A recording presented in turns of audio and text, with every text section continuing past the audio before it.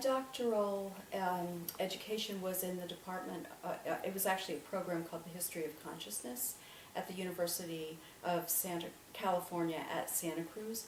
And that approach was in some ways influenced by intellectual history and sociology of knowledge.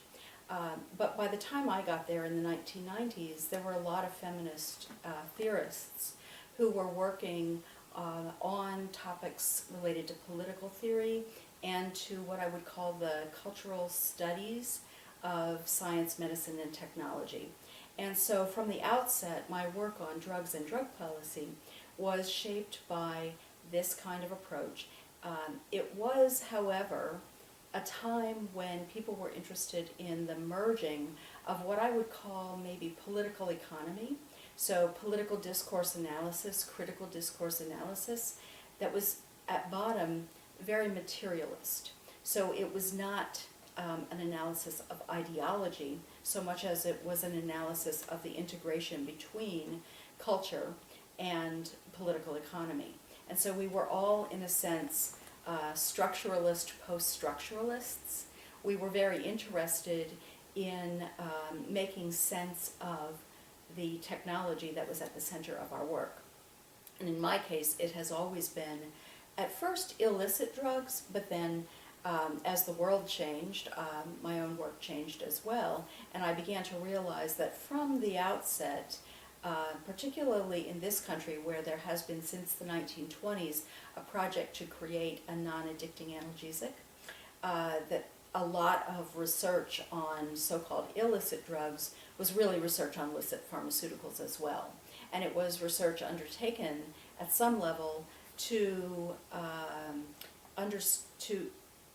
make decisions about which pharmaceuticals should or should not go on to the illicit market, or what David Hertzberg calls white markets. So that approach was, I was in HISCON, as we call it, History of Consciousness, from 1990 to 1995.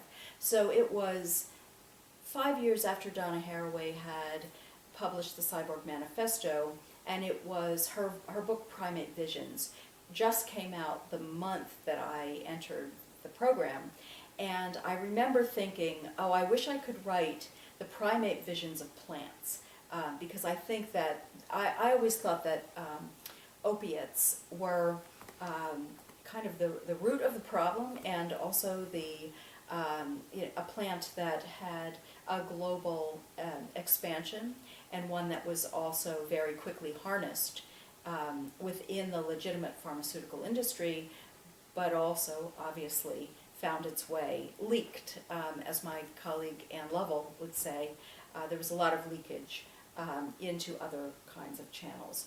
So my dissertation, however, was not about women, and it was not exactly about plants. It was about 1950s drug policy, and it contained one chapter about women, and it was on expert witnessing and the way in which women who were mainly heroin addicts, drug users of all kinds, but they would have called themselves, said they were addicted to heroin, whereas any other drug that they might have used, cocaine or illicit pharmaceuticals, was kind of incidental to their broader use of heroin. And so in the 1950s, the U.S. criminalized,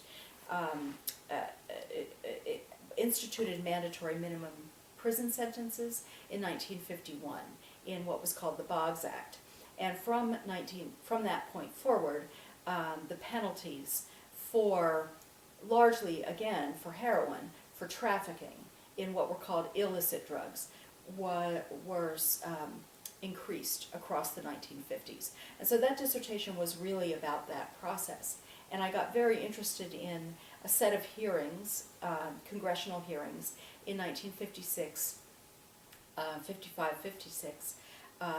There were 7 hearings in 7 different cities all around the United States, including the border, the Texas-Mexico border, and including New York City, San Francisco, and they were televised.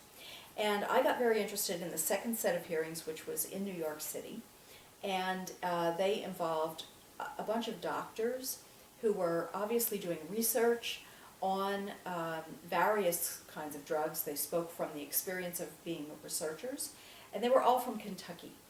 And I didn't know what I was looking at the time. I was going to UC Berkeley, going down, down, down into the basement and reading these high stacks of congressional hearings and trying to understand what I was seeing. And one thing that I was seeing were many researchers who were talking in a very sophisticated way, a way that we would recognize as harm reductionist in certain respects, about, largely, about the opiates. And they were saying, these people are not criminals, we don't need to punish them. What we need to do is further scientific research, and we need to place basically the problem under the banner of medicine. And so I began to wonder, all right, why are they all from Lexington, Kentucky?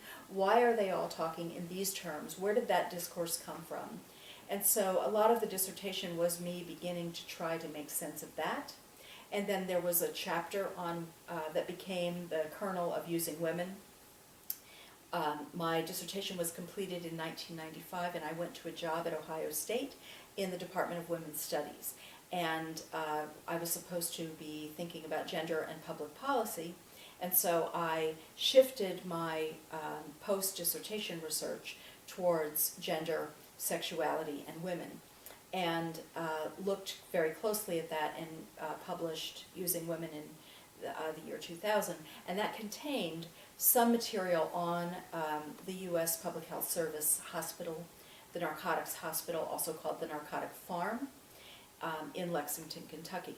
And that book was mainly about the way in which the women were treated in those hearings, because they were often treated as, they were almost like ethnographic subjects. The Congress people, they were all men, but they would ask the women such detailed questions about what it felt like to be using these drugs, and what it felt like they were not so involved in traffic as they were in consumption. And so they asked very detailed questions that were almost anthropological in nature. And I was very interested in that phenomenon, very interested in the ways in which people who are not trained as anthropologists become ethnographers in a certain kind of way. And in particular, they would ask questions about their bodily experience and about their thinking patterns as they were on these drugs. And so I got very interested in that question, and I began to think about, well, what if I tried to do something like a historical ethnography of the scientific laboratories where people were doing this kind of research? And all of my other work really came out of that idea.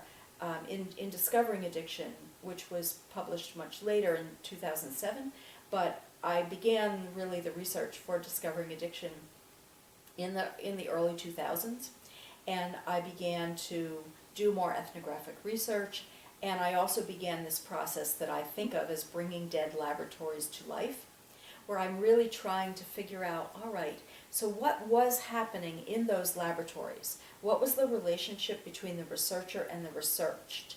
How much did they share? How much did they talk about it? How does the voice of the subject, of what were basically small-scale clinical trials, creep into the science? And how do the subjects influence the language, the discourse, and even the doing of science in those spaces? Finishing my dissertation, the last 6 months or so, I was at the Humanities Research Institute at the University of California at Irvine, which is a UC-wide research institute, and Wendy Brown and Judith Butler had convened a whole group of feminist scholars under the rubric of Feminism and Discourses of Power. And that group included Nancy Fraser, and it included really quite a number of scholars who in one way or another were working on what I would call political discourse, or the ways in which politics takes place through discourse. And I was very interested in that because I was very convinced by Donna Haraway's arguments around material semiotic actors and the convergence between the material and the semiotic. And so that group was really not very interested in my work on drugs, but I was very interested in the way in which drug policy had worked as a political discourse to exclude the voices of people who had direct experience with drugs and who had formed relationships with them that were considered problematic, socially problematic. And so I found that group very useful in terms of shaping my subsequent work, both in using women and in discovering addiction. Because in discovering addiction, I was specifically interested in the politics of substance abuse research and how that had changed over time. Because if there's, it's been very interesting to watch what happens to political discourse on drugs, because there is what I think of as a bit of an eternal return. The tropes and the ways in which drugs are framed in political arenas, they never quite shed themselves of their past. And so there are, at any given time, many discourses that are circulating that have a lot of historical resonance. I have talked about that as a cultural repository of the kinds of frames that are used in drug discourse. And that is true of both illicit drug discourse and licit drug discourse. So it has been very interesting for me to watch the recruitment of new scientific researchers, like neuroscientists, because they often have no idea of the way in which the tropes that they are using are recycled from the past. And the past is always present in drug discourse, particularly anti-drug discourse, sort of popular anti-drug discourse. Even the scientific discourse, though, has continually recycled tropes from early, basically 19th century, early 20th century. I mean, this book, which was published, The Opium Problem, which was published in 1928, is always the tropes that are available in that 1928 compendium of 4,000 studies that were done up until 1928. Very similar. Even neurological or neural or neurophysiological discourse, you can find really interesting historical antecedents. Yes, so feminism and feminist theory have, I would say, had a lot of relevance to the ways in which so this is a gendered discourse. Drug discourse has been pretty consistently gendered, so that even masculine subjects are thought to be feminized, particularly in the arena of opiates and barbiturates. So any drug that is licit or illicit that has sedating effects is often feminized throughout the 20th century.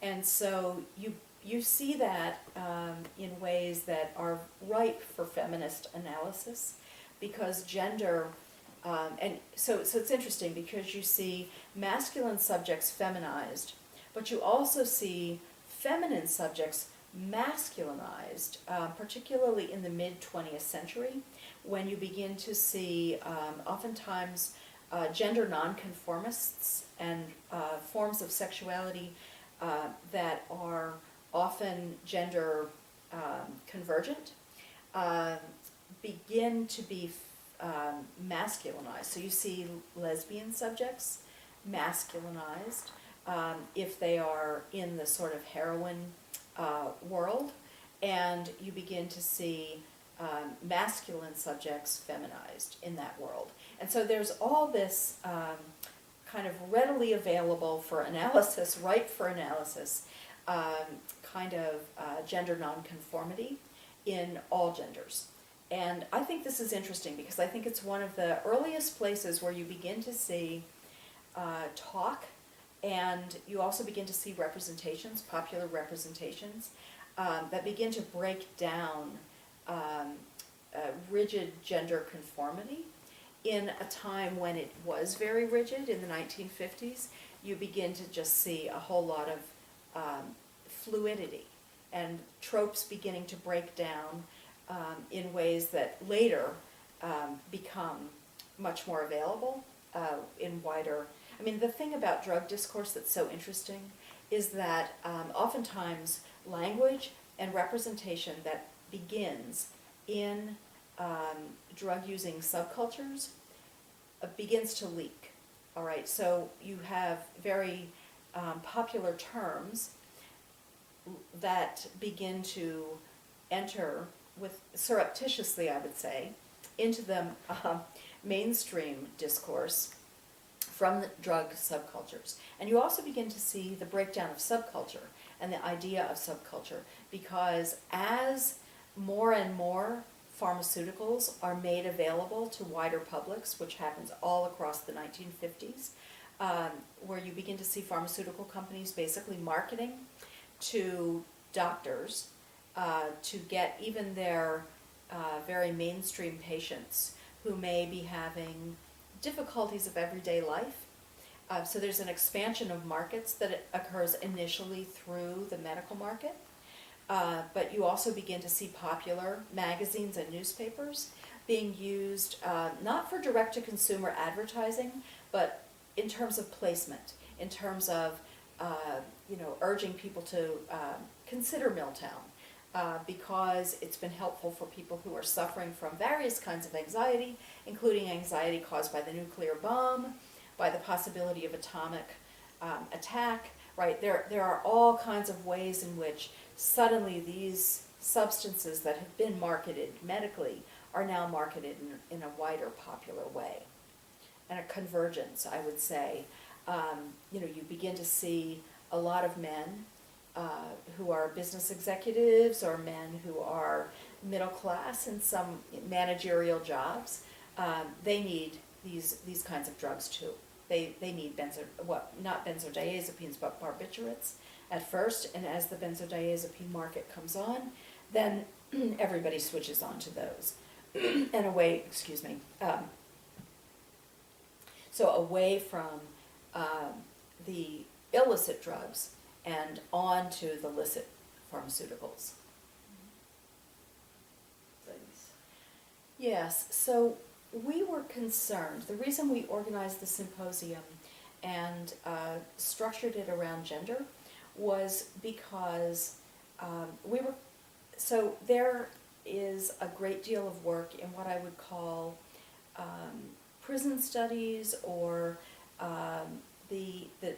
Michelle Alexander's book, The New Jim Crow, was very important for reorienting the field of drug studies to think well about racial ethnic difference and social class to some extent. And we were concerned gender was possibly disappearing from this analysis, even though in the way I would tell the story, critical race theory and the more legal approaches to feminist theory, feminist jurisprudence, they had a very productive convergence in the 1990s, the 1980s through the 1990s. And I would definitely say that many of the people who were writing in that vein, Kimberly Crenshaw on using the concept of intersectionality, Angela Davis, Ruthie Gilmore, many of the people who were doing, they even had a name, critical resistance, right? So there was a movement, really, a scholarly movement towards thinking about race, prison, incarceration, and I was, very much interested in that and would have considered myself a part of that because one of the things that was happening during the 1950s when I was writing the dissertation, Angela Davis was on my committee, and I remember her saying, this dissertation is much more interesting than I thought it was going to be. Because it was during the 1950s, right, that you begin to see a real sea change in the United States around who was a user of illicit drugs. And particularly that got younger, and it was a more urban demographic, people from communities of color.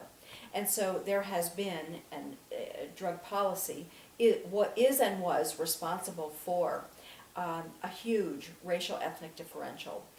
That was also a differential of social class. And if you look at women, what is happening to communities of color, what is happening to women because of drug policy, you begin to see many more women incarcerated. The 1980s crack cocaine issue was responsible for putting a lot more women in prison.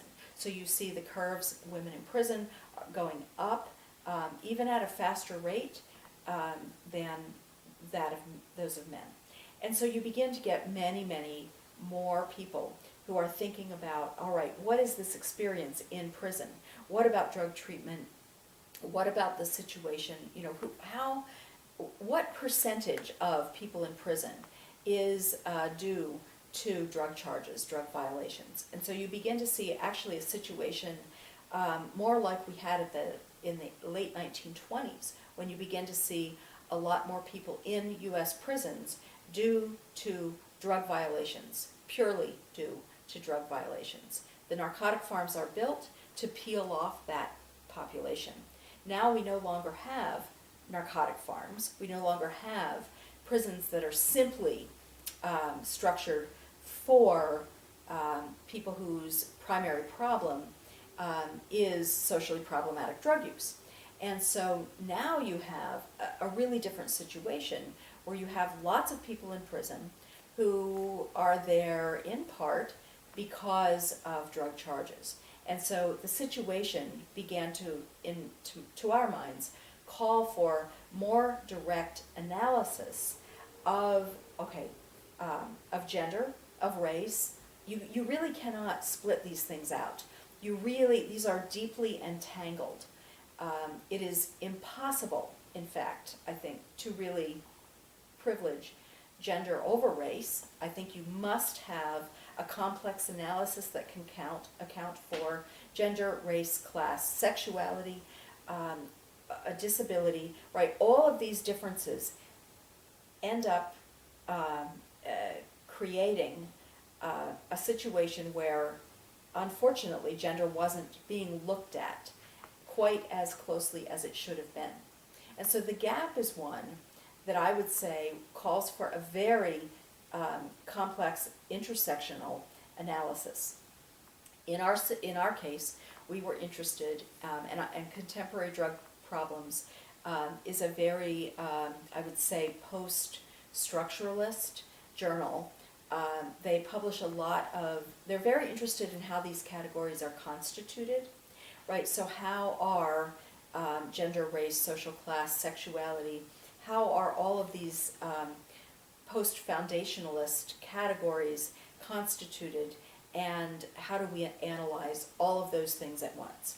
And the Journal of the Social History of Alcohol and Drugs, which, by the way, when David and I did the conference, we were not co-editors of SHAD.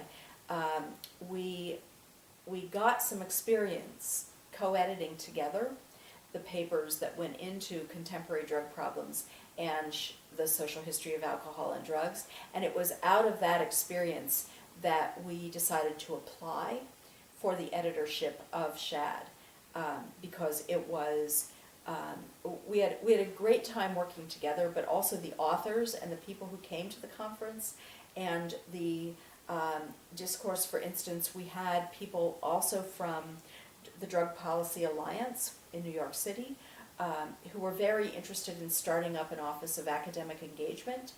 And we were too. We were very interested in, we thought that we could supply a more accurate and also a more critical analysis of the experience of people who use drugs in the United States primarily, although we had in that group of papers people who were looking at Mexico and people who were certainly looking at the UK and Scandinavia and other places. So we were interested in basically getting the ball rolling so that there was some sort of reference that people who were interested in critical drug studies could kind of could quote, could cite into the future, because we felt like there will be more of this kind of work than we know of right now, and we will try to create, something that people can hook into. So that's what those conjoined journals were about.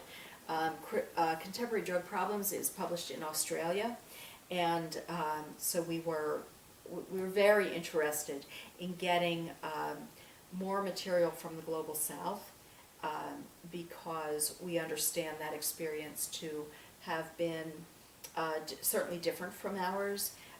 For many decades, the United States and has sought to lead on drug policy, and it was our view, our critical view, that led drug policy down some of the wrong paths, and we wanted to kind of open up, and I think we'll be seeing much more work coming, starting from the Global South now, as a result of our editorship, I think, of trying to just open up space, right? We wanted space, discursive space and political space in the dominant narrative, right? So we wanted to change the dominant narrative.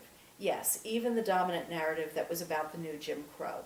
We wanted analysis that started from the Global South rather than from Anglo-American white drug policy, because we know there are many more archives out there. There's a lot more that scholars can do, and we're now seeing that from people who are maybe third or fourth generation drug policy scholars. If you think of David Musto's work and David Courtwright's work as first generation, and our work is kind of second generation, we definitely set out to diversify the field, but now I think the field is far more diverse than we ever imagined it. There were very few scholars of color who were working on drugs and drug policy when I started in the early 90s. And now there are many more. Yes, so when I wrote my dissertation, and thus when I wrote Using Women, I felt like I was seeing, so you can look through the lens of medicalization, and you can look through the lens of criminalization, and it's sort of like a pair of glasses. You have a convergent image, and I think that's a really interesting effect, because I had the feeling that the law enforcement and the medicalizing people were in the same mode, and I wrote that in my dissertation. And in Using Women, I also felt like there was a convergence, but it was a gendered convergence, and it was also a racialized convergence. You see in the 1950s at least, and forward into the 60s and 70s, white women's drug use is frequently medicalized. It is often coming about because of medicalization. So you see women who had babies who are suddenly given morphine, and they suddenly realize, oh, all of my problems have now receded, and I just, so you see more women on morphine. You see more women doing what they later do in larger numbers, which is, okay, I can't get morphine, I can get heroin. And so that early group, and it used to be said, and this is probably true, about 1/3 of heroin users were women. And they did not come to the same notice as they do today, but they were basically doctor shopping, and they were moving in and out of morphine markets. And so you see women doing that largely before men are doing that. I do think that a lot of men were ill or in chronic pain, because there used to be a lot more industrial accidents, railway accidents, and so forth, that sent men into the heroin market as a result of morphine, of being treated with morphine. So that convergence between markets was very noticeable in the 50s and to some extent the 60s, but the representation of heroin use was always, because heroin was never used medically in the United States, morphine was, but it was understood that heroin use was for purposes of dissolution or dissipation, what we would call recreational use. And so you long have this phenomenon, and people talk about medicalization. But who was medicalized? It was largely white upper and middle class women, or women who were in working class or lower class situations, and they figured out about morphine and they ended up heroin users. So women were more medicalized. Men were criminalized. You saw many more men going to prison as a result of Harrison Act violations and basically on drug charges. So criminalization was a way in which we treated, before World War II, the main people who were heroin addicted in the United States, because there wasn't hypodermic needle availability and use until post-World War II. And so they were sniffing heroin. And then they began to mainline heroin. That's like an early sort of wave of it. But after World War II, it's much easier to get hypodermic needles, much easier to do what's called mainlining in the U.S. And so you see younger people, you see more of those urban folks of color, and you see women having access to needles and syringes post-World War II. So medicalization is always the story for white, middle, and upper class women, and they continue that. But then World War II interrupts opiate supply chains, and so there's a new configuration that emerges out of World War II. So the late 1940s, early 1950s availability of heroin and availability of hypodermic syringes and needles are, those things are happening in the U.S. In a non-medicalized way. So medicalization is there, but it becomes a bad frame, a bad lens, right? It gets blurry. It's no longer a crystalline way of seeing things. You also have in the 1950s, you have a lot of people who are critical of U.S. drug policy. They're critical of criminalization. They are doctors and lawyers. The American Medical Association and the American Bar Association has a committee called Drug Addiction, Crime or Disease.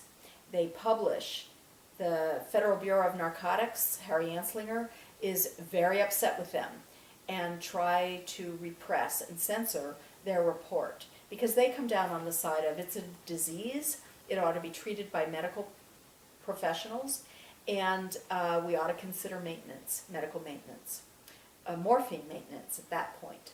So there's a big fight about is it a crime or is it a disease? And it was my conclusion in the 50s that was not a great way to see it because it was both. And it was handled as both and treated as both. And it has been handled as both, medicalization and criminalization, throughout the 20th century. Now, here we are in a situation where we're again repeating some of these patterns, where we see many more so-called medical addicts, right? In the 19th century, the main vector of addiction, opiate addiction, was medical doctors. They had high rates of addiction. They caused high rates of addiction. When medical practice changed, and this is David Courtwright's research in Dark Paradise, medical practice changed before the drug laws changed. And so you began to see rates of people who had problematic relationships with these drugs fall before the Harrison Act. And so, now I think no historian really would have predicted where we are today. Again, we have high rates of medical iatrogenic, as it's called, addiction today. as starting in the 1990s because of changes in medical practice. And so medicalization is always an incomplete analysis. You always have to do both. You always have to see both, medicalization and criminalization. So the clearest thing I can say about medicalization is that it's a bad frame because it does not take account of the other side, of criminalization, and of the convergence between the two. Yes, so despite the fact that more and more drug-using women were finding their way into prison, you don't see that curve go up in the United States until the 1980s. The incarceration being used as drug policy in the 1980s, you begin to see a curve that looks like a straight line almost, in which women are increasingly being sent to prison for drug charges of all kinds, including marijuana possession. But the real story is about crack cocaine. In the 1970s, cocaine, white powder cocaine, is more expensive than gold. As cocaine prices fall in the 1980s due to marketing innovations, manufacturing innovations, i.e. crack cocaine, that becomes much more available to women. And there's a lot of scrutiny of women, by the way, in the 1980s. In fact, one of the first articles that I ever published was on the decline of maternal instinct. There were congressional hearings held in the 1980s specifically about crack cocaine. They were titled things like Born Hooked, and they were all about pregnant drug-using women, often women of color, often urban women of color, who were pregnant, who are a very small percentage of pregnant women in the United States, and a very small percentage of drug-using women, and a very small percentage of drug users, more generally, including men. However, they received a great deal of scrutiny. There were lots and lots of news shows, there were lots of congressional hearings, there were state-level hearings, there were attempts to criminalize them, and to criminalize crack cocaine use in particular, and to increase the penalties for crack cocaine use as opposed to powder cocaine use.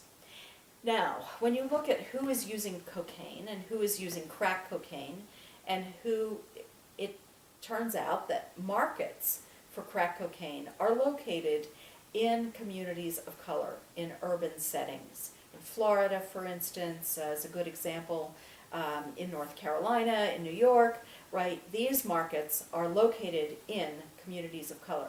The vast amount of drug use in this country is not people of color. It's white people who travel to these illicit markets that are located in communities of color. So we have a problem where we begin to see a lot of disparities. A lot of racial ethnic disparities are widening, not narrowing. Even though white people are going to these drug markets to obtain crack cocaine, heroin, and everything else, who is getting arrested? Who is getting pulled over? We have what is called racial profiling, which develops in urban policing at this point. And so you begin to see many more people of color who are pulled over, arrested, charged. They're the ones who end up going to jail. And that includes now more and more women. And so as you begin to see incarceration increasingly used as a tool of drug policy, it was used before, but it wasn't used so intensely. So all of that policing intensifies, all of the scrutiny of communities of color intensifies, and women are beginning to become very much the targets of this kind of law enforcement. And so you begin to see many more women, especially women of color, going to jail, going to prison, serving time. Now, what is happening with babies, with families, in this situation? During those congressional hearings, there's a lot of scrutiny of grandmothers who are also supposedly using crack cocaine and unable to care for their grandchildren. And so it begins to be revealed that this generation of pregnant women um, is relatively unable to care for their children, and grandmothers are no longer able to step in and solve the problem. And so there begins to be a lot of scrutiny about what are called border babies. And by border babies, these are babies who are born and have to go immediately into the neonatal intensive care unit, the NICU. The neonatal ICU is expensive, and there is a lot of targeting of these kinds of expenses. And so states begin to pass laws criminalizing pregnancy. There is a wonderful organization in this country called the National Advocates for Pregnant Women, NAPW, run by Lynn Paltrow. And they began to see this pattern, and they began to litigate, right, so that pregnant women could not be specifically criminalized for drug trafficking across the umbilical cord and other kinds of use of laws that were not meant to criminalize pregnancy that are used to criminalize pregnant women. And so we in this country have had a lot of difficulty with this problem, partly because we refuse to see that pregnant women are often refused treatment. There are often drug treatment programs won't accept pregnant women because of liability, because they don't feel that they have competency for dealing with women who are pregnant and using socially problematic drugs. And so we have many different, we have 50 states. They all go different directions. There are movements, again, of feminist lawyers, feminist physicians, people who are in drug treatment, to say, this is not the way to go. Women who are pregnant, who are using drugs, need treatment, not criminalization, not incarceration. But we still have a lot of people, a lot of women, who are in prison, who are incarcerated for what are basically crimes committed in the course of drug use. And so you begin to see prisons developing programs. Many of the programs that are developed to treat women in prison are coercive. We published the work of Jill McCorkle, who wrote a book called Breaking Women, that was specifically about the kind of treatment programs that are instituted in women's prisons, often for women of color, which are extremely coercive and extremely problematic versions of break them down to build them up, which are therapeutic community kind of talk, which was, basically you have to destroy a person's psyche in order to free them from drug addiction. And so they are instituted in very coercive environments where women cannot escape.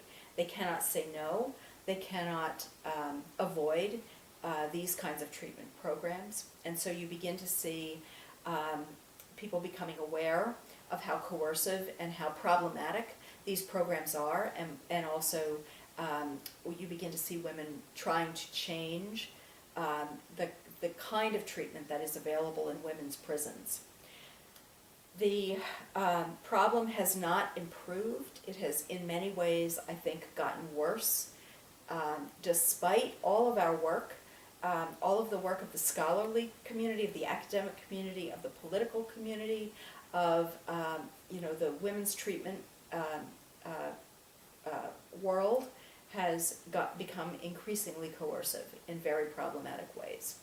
So I hope you don't have to go through that in Brazil, but it sounds like you may be doing so.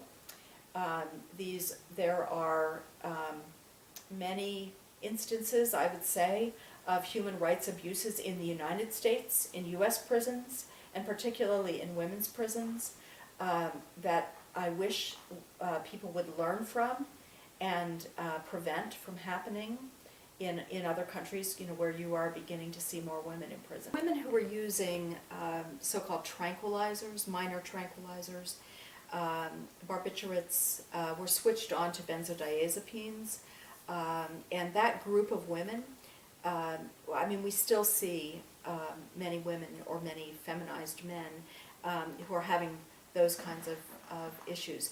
They do not tend to go to jail. They do not tend to go to prison. And even today, you see the division in is their treatment medicalized, or is it delivered in the context of criminalization, in the context of prison?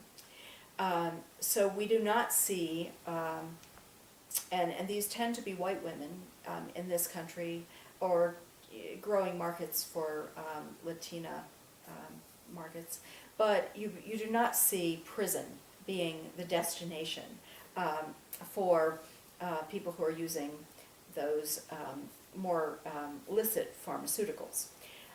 So you still see that division in markets. However, now you begin to see in the United States many more users of licit pharmaceuticals who are opiate users, or people who are mixing, because we see very, very few pure uses. My most recent work has been about overdose, and it's been about opioid overdose.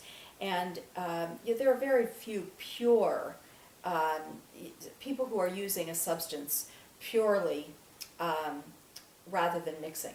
And so there are many, many people who combine, for instance, benzodiazepines and opioids, a very dangerous combination, and people who also use alcohol.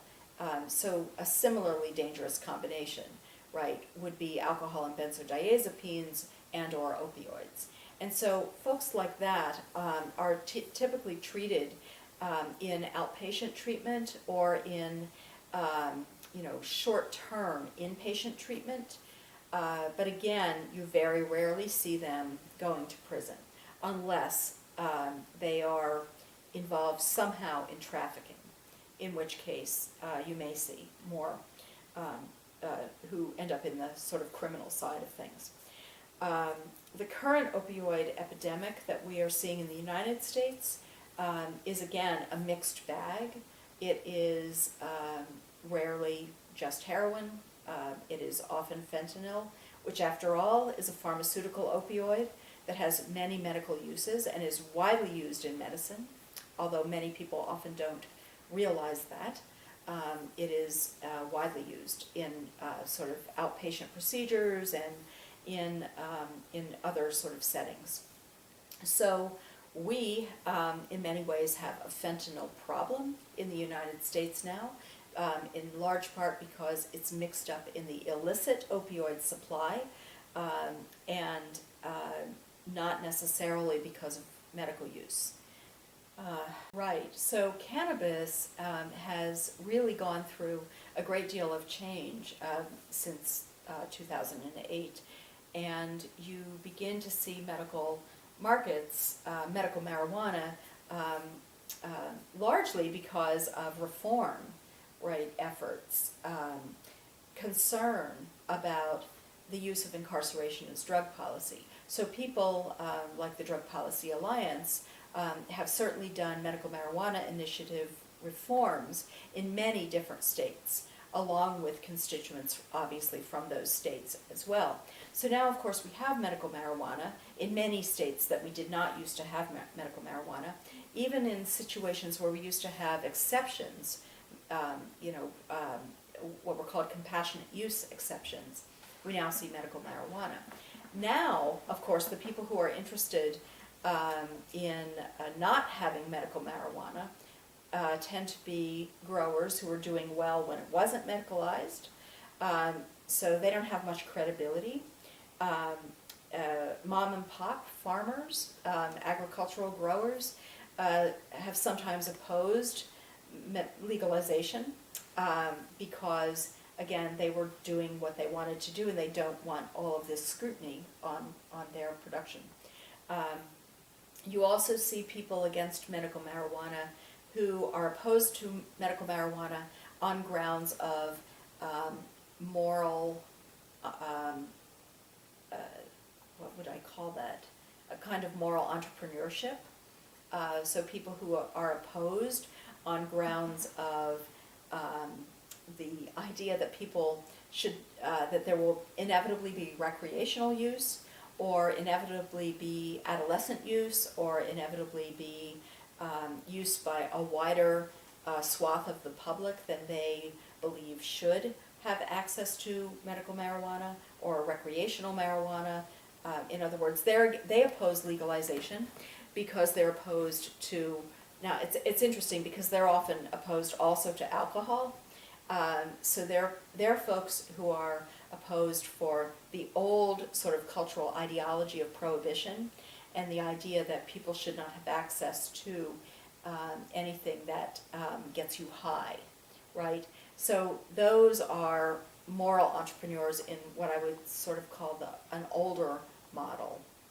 So there are many interests opposed, but pharmaceutical interests will almost always trump those kinds of in cultural prohibitions. So my guess is that the industry will industrialize, and agricultural production will also move into an industrialized form that will cut out the older growers and the illicit, the people who are invested in the illicit traffic. So that will be an interesting thing to see how that shift pans out. In 2008, we weren't seeing much of that at all. We have only recently, I think, seen the success of medical marijuana issues, and of course, a move towards legalization in Canada, and we will see moves towards legalization, I think, in a lot of countries as a result of a country deciding to depart from the international treaties and not get punished. So once Canada, moves in that direction, you begin to see maybe more countries who are saying, oh, all right, they didn't get punished.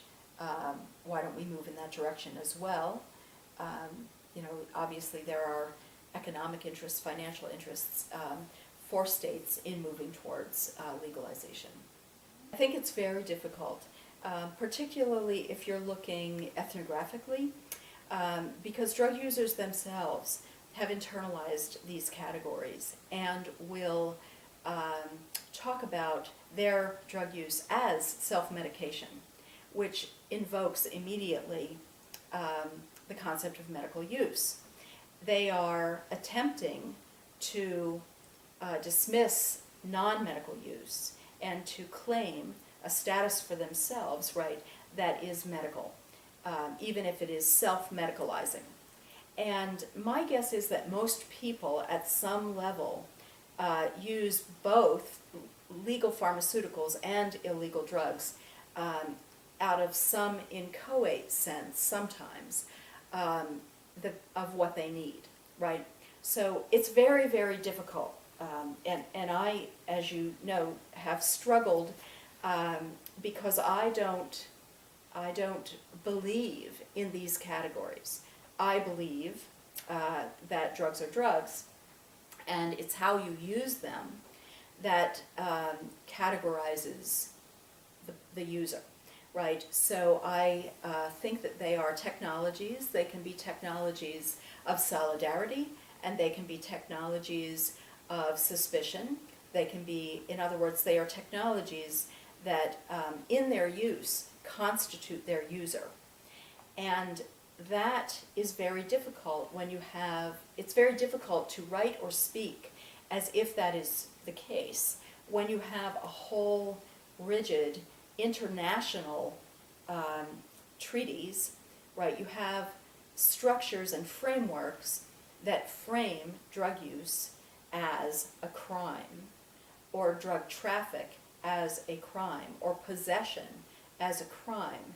And so people, no matter how they are, why they are using, have to still navigate those structures that force categorization. And as a historian, yes, I think I'm a historian of categorization. I think I'm a historian of classification. I think I'm a Foucauldian, sort of down at a deep level. I am very interested in how society constitutes subjects. So I'm very interested in subjectivity at the same time. And so I'm always thinking ethnographically about how subjectivity is constituted when you have rigid classifications that you have to inhabit. In using women, I called these governing mentalities. I tried to break up Foucault's term, governmentality, and say, yes, these are governing mentalities. You have to use them, whether you're for them or against them, whether you're using medically or non-medically, you still have to do this. You still have to categorize yourself. You have to locate yourself on a continuum, on a spectrum that runs between these two extremes. And in drug policy discourse, those two extremes are used as if they're natural kinds, as if they're natural categories. There are criminals and there are medical addicts, and there is nothing in between in legal discourse. And so I think what we are all doing right now, I think we have been doing this for a long time, but what we are doing is we are thickening the middle, and we are saying most use is both. It's a little bit of all of these things.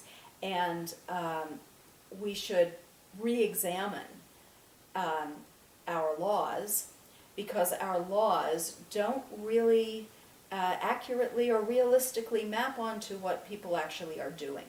And I think that's methodologically why anthropological approaches and ethnographic approaches are really important, because they always supply voices who do not fit into the rigid structure.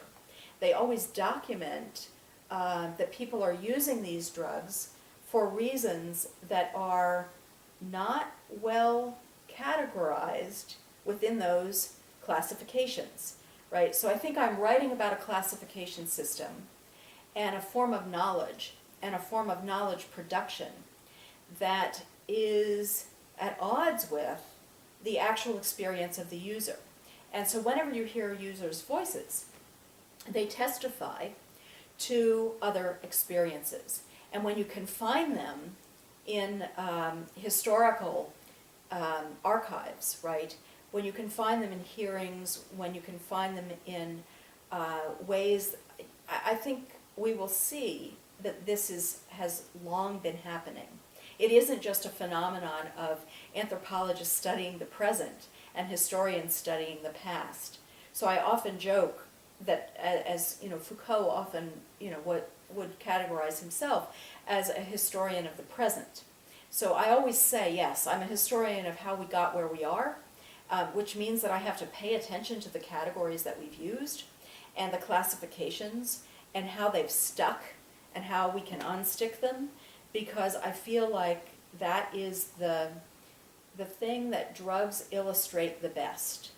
So Howard Becker always says he didn't start out trying to study drugs, but that he tried to study how people made sense of their inner sensations. And I think that's similar to me.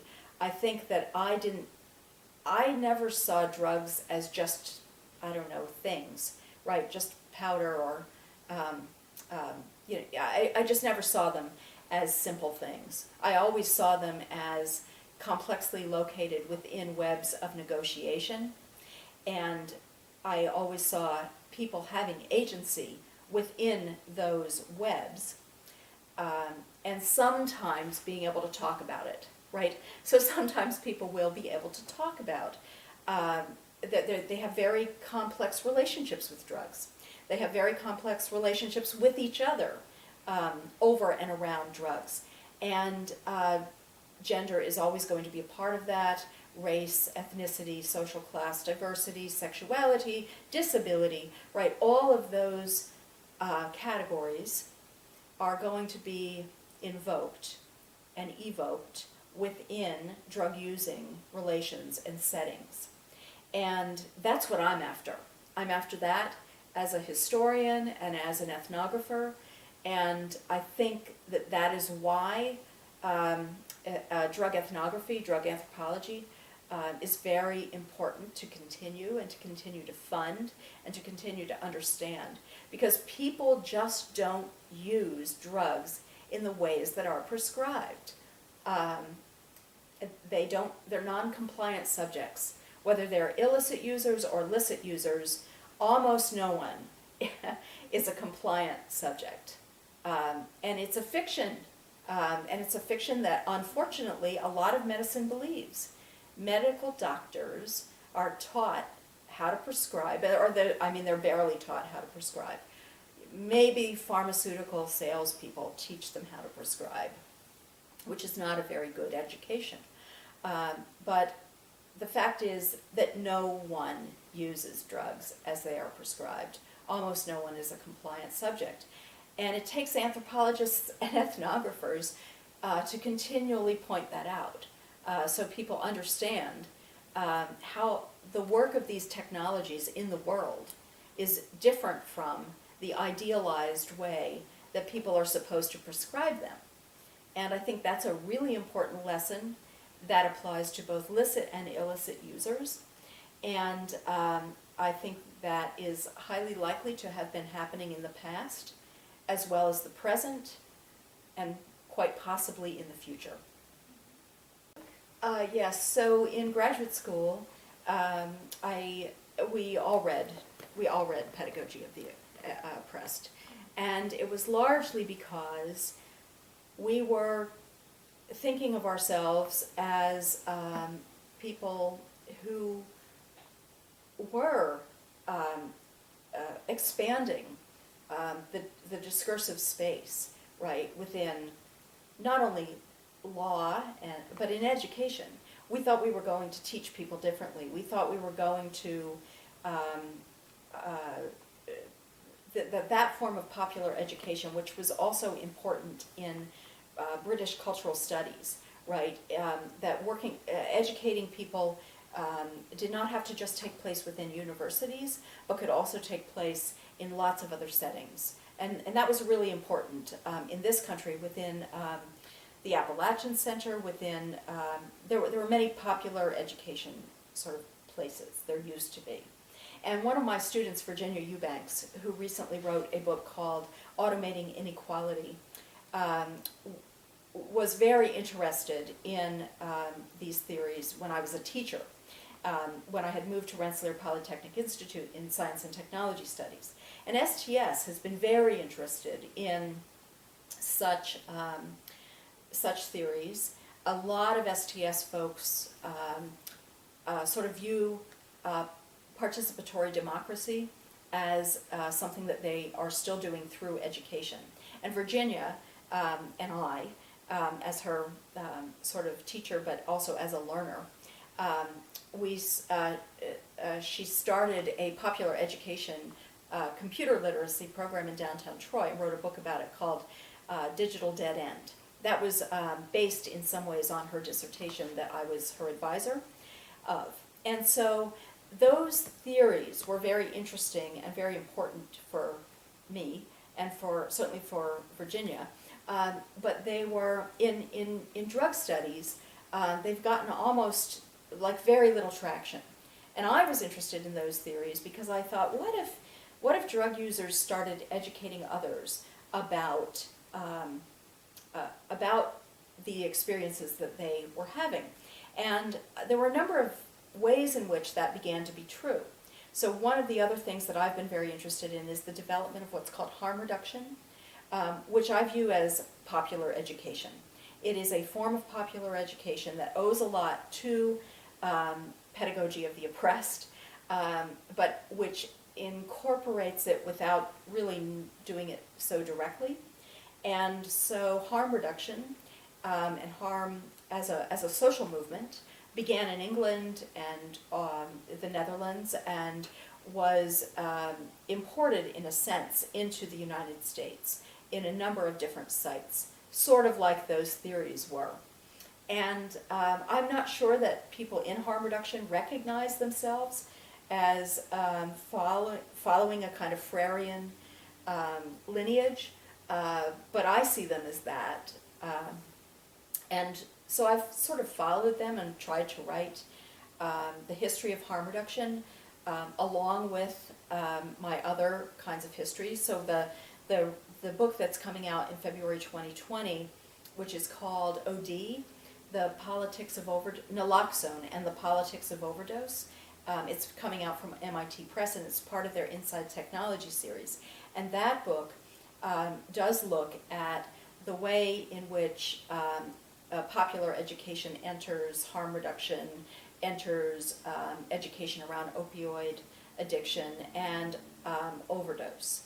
And so I think there is a line there. It's interesting that you picked up on that, because I kind of think of that paper as, in a sense, more about Virginia's work, and she went in a different direction. She went to look at digital technologies and the way they are used in social services, and the ways that algorithms are now used in social welfare, in benefits offices, and things like that.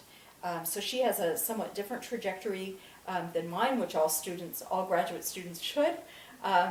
But I do think that there is something still very compelling about that kind of work for me, that has to do with people educating one another about drug use practices, and about how they can reduce risk and harm, and how they can support their community, really, because it's really about a community response to drug use, and in particular to the threatening levels of fentanyl that we're now having in the U.S. heroin supply. It's in 95% of heroin in the U.S., and so we're beginning to see, we are entering, I think, a new phase, in a way, of the opioid epidemic. I'm always hoping that it will have crested and will decline, because it is a significant mortality risk that people are now running if they are using illicit opioids. And so it's an interesting, for me, harm reduction has been interesting to trace. So I see them as still converging. I'm teaching, so I was in the first feminist science studies seminar that Donna Haraway ever offered. She had taught science studies, but in early 1990s, she taught a course called Feminist Science Studies. And because there was finally enough material to teach a course like that in the early 90s. And now there's lots of it. So even though my science studies seminar is not titled Feminist Science Studies, it really is Feminist Science Studies. And there has been a flourishing, I would say, of this kind of literature that has really taken on many of the early STS laboratory life type ethnographies were not very feminist, and they were not really looking at the kinds of questions. They were certainly looking at kinds of questions about classification and natural and social kinds and all of those kinds of things. But now there's a very developed discourse along those lines. And so this fall I will teach my graduate seminar in science studies, and a lot of it will be feminist science studies. So I've seen that convergence flourish from the science studies side, and maybe from the women's studies side, the gender and sexuality studies side, but not as fruitfully as I would have thought from that side. There was always a bit of difference within the women's movement, to see science and technology as oppressive, whereas feminists, science studies people like Donna Haraway, tended to see science and technology as, yes, it could work in oppressive ways, but it was also harnessable towards other directions. And I have tended to take that approach, to say that there is no inherently anti-feminist technology or science. It's how we use it. So it's remarkably similar to how I view drugs. It's how we use them that determine or shape their meaning, their value, their significance. And so why not attempt to turn them towards less oppressive, less coercive, more feminist uses? And so that's always my attempt. I think it's always been my attempt to say, what if we take this technology, whether it is a drug or whether it is some other kind of technology, and put it towards use in less coercive settings and for more, for the purposes of increasing agency.